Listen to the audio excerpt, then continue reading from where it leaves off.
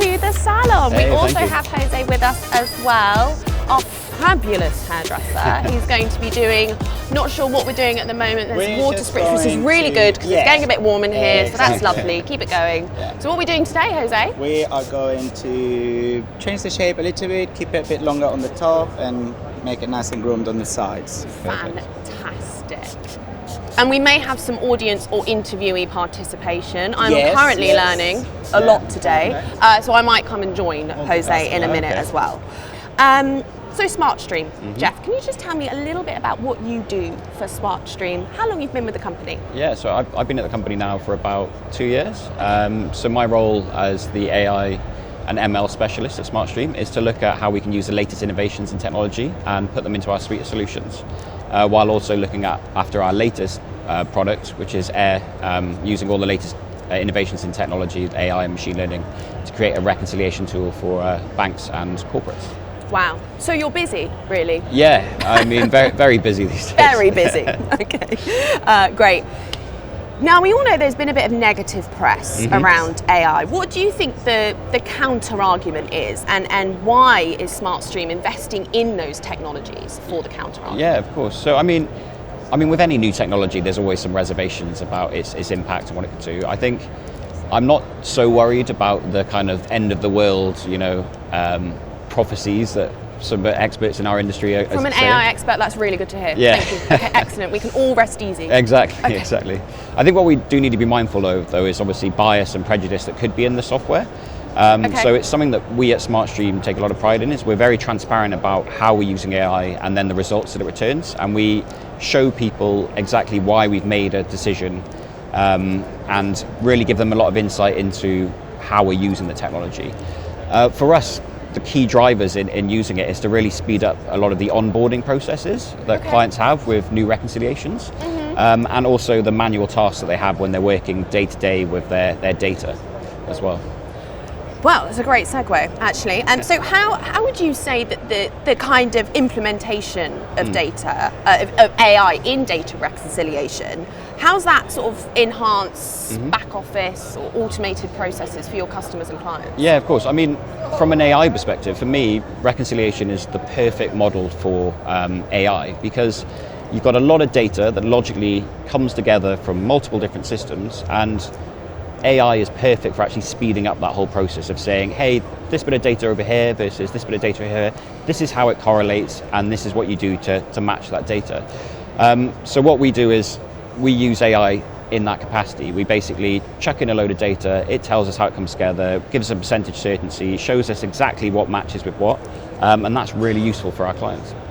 And what would you say are the kind of key benefits or sort of challenges that key financial institutions are experiencing in kind of leveraging the AI advanced technology? What's on the horizon in terms of customer challenge? Yeah. Well, I mean, so especially at the moment, with a lot of clients, leaving and changing roles, what we pride ourselves is our technology actually learns from users' behaviour. So instead of it being stored in someone's head, it's actually stored within the system itself. So when someone manually matches data and says, I believe this goes together for whatever reason, our system learns from that and then looks at the remaining data and proposes matches based on what they've previously done. So say if someone leaves or goes for another job, joins another team, that knowledge isn't now retained in the person themselves, it's actually retained in the system. So it's a huge benefit for these back offices that are seeing a big turnover in staff. So that's one of the main benefits that we have with our technology. Interesting, really interesting.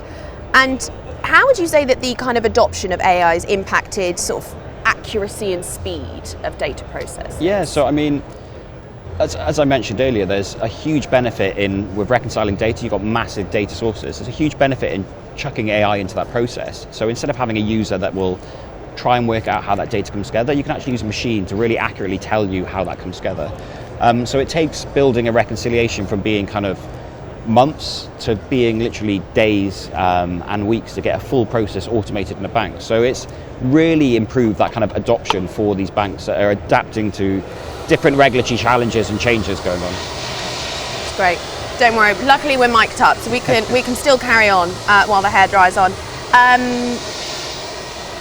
In your opinion, what are the future trends that we're looking at? I know we touched on this briefly earlier, but so we're not looking at apocalypse just yet. But what are the trends that you're going to see, or that we're all going to see in the world of AI? I mean, the thing that I love about being back at this conference is last year it was all about, you know, crypto, distributed ledger technology, but now it's back on the AI front, right? With the emergence of ChatGPT and people really seeing the power of AI and what it can do, it's really exciting. So one of the things that we're actually investigating is how can we utilize that sort of technology in our solution. One of the things that we're investigating is, you know, with enriching and manipulating data, is there a way of us utilizing AI so that someone can type in exactly how they want to manipulate that data, and it intuitively writes that bit of code for them? So it's that mix of allowing people to kind of express in whatever way they want how something should be manipulated, but also utilizing technology to then automate that whole process around it. So yeah, it's really exciting at the moment, and something we're looking into in a lot of depth. Very much so. Do you feel like you're really working at the forefront of technology? I mean, it sounds like what you do is pretty cool. Yeah, I mean, it kind of has to be, I guess. It's kind of, we're at that point where we're looking at technology almost taking over a lot of processes that, you know, humans were doing before. So it's really pioneering stuff, and it will be interesting to see, you know, in 5 years' time where we've got to as well. So yeah, it's quite exciting at the moment. Jose, I'm going to come over and give you a hand. Yeah. You're going to teach me how to do something. Don't worry, I'm not going to cut anyone's hair. If you grab the hairdryer, and just put it on. It's behind the mirror. Behind the mirror. Here we go. Yeah, and if you just basically keep sort of like going over the top. So there we go. Whoop. Yeah, in the middle there. She's keen. Okay, and just like come around and sort of just like go around like this. Okay. Yeah. Don't worry, Jeff. No one's going to trust me with the scissors on today. That's a relief. Yeah, it's going to be too hot. Not too hot. Here we go. So tell me, Jeff, what got you into the world of AI? What was it? What led you to this point in your career? Yeah, I mean, for me, when I was looking at SmartStream as a company, I wanted to go somewhere that was thought leaders in the industry and what they do. And with SmartStream, they have their own innovation lab. So a designated team that actually look at how they can improve and better our current solutions. So that for me was a huge driver in going to SmartStream. That's what interested you the most? Yeah, somewhere that were thought leaders on the topic, and we're actually looking to proactively improve what was a bit of a boring manual process previously. So yeah. Do you have any advice for anyone that's starting out in their career that would like to get into the kind of industry or line of work that you're in? Have you got anything that you would say to someone that was looking at that? Yeah, I mean, for me, I think the key is always to understand what is going on in the world of technology, understanding the new tech that people are using and how that potentially could be used in current processes. You know, one of the things that for me has been great about something like Money20 is you get to see the different technologies that have come out that are almost driving what was an old industry in banking to kind of push and improve more. So I think there's always an opportunity to look at what's going on currently in the industry and seeing how can that be applied to existing and old processes. So I always think just look at the horizon, see what there is out there and how you can apply it. Great advice, great advice. And look, we love a buzzword here, yeah. Pun intended, and a pun. Do AI have any annoying buzzwords or cliches that are being used too much in an industry that maybe you use as well? I mean, fintech has a lot. Yeah. Has AI got any? I mean, AI is almost its own kind of buzzword, isn't it? So, yeah, very much so. Yeah, I think before the emergence of stuff that we're seeing a bit more in news, like ChatGPT, there was a lot of people said there was AI, but not really an understanding of how that could work. So that was always a bit of annoyance trying to explain to people what the values are.